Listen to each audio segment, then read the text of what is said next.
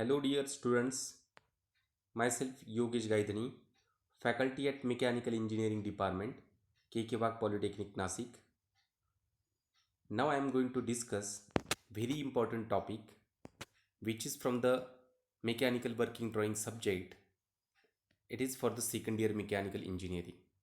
The topic is conventional representation, and this topic plays very important role as far as mechanical engineers are concerned, because we have to provide different convention for the different mechanical elements, and this chapter will provide you a perfect guidance related to conventional representations of different element which are going to use in the mechanical drawings.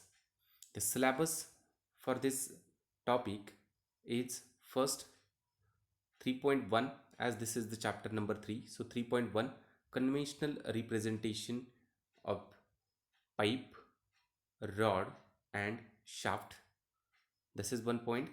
Second point, conventional representation of common features like slotted head, radial ribs, knurling, serrated shaft, spline shaft, ratchet and pinion, repeated parts, square on the shaft, holes on a circular pitch, internal and external threads. So these are some common features generally we use in mechanical engineering, and we have to learn the conventional representation of it. 3.3 point is, this is a 3.3 point, conventional representation of common parts like ball and roller bearings, gears and springs. 3.4 is related to pipe joint and valve. Whatever pipe joint we use, and valves, different valves, pipe connections are there, different valves are there, and for this all mechanical element we have to use some convention that we are going to see. Next is countersunk and counterbored holes, and last part is tapers. See students, all this conventional representation topic is as per the conventional standard that we use is IS SP 46, which is implemented since 1988. Let's move towards a conventional representation of various materials. So this is the conventional representation of different material. First, see here, conventional representation of, this is a chart, conventional representation for material, and first material is in front of you, metal. For representing a metal, especially steel, cast iron, copper and its alloy, or aluminum and its alloy, we use this convention. A square or rectangular box is there having inclined line. These are some inclined line.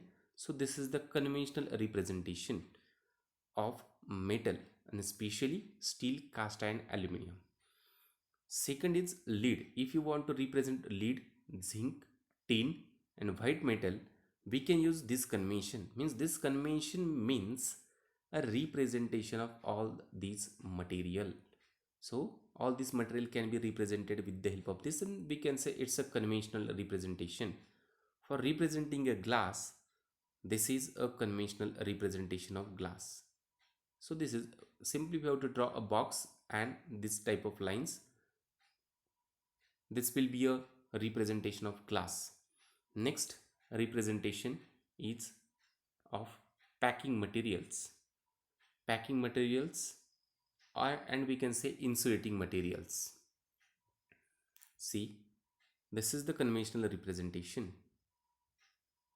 This one is for porcelain, stoneware, marble, and this conventional representation is asbestos, fiber, felt, synthetic resin product, paper, cork, rubber, leather, wax, insulating and filling materials. So this is the conventional representation, and here we can clearly see horizontal lines are there and then inclined lines are going to mark.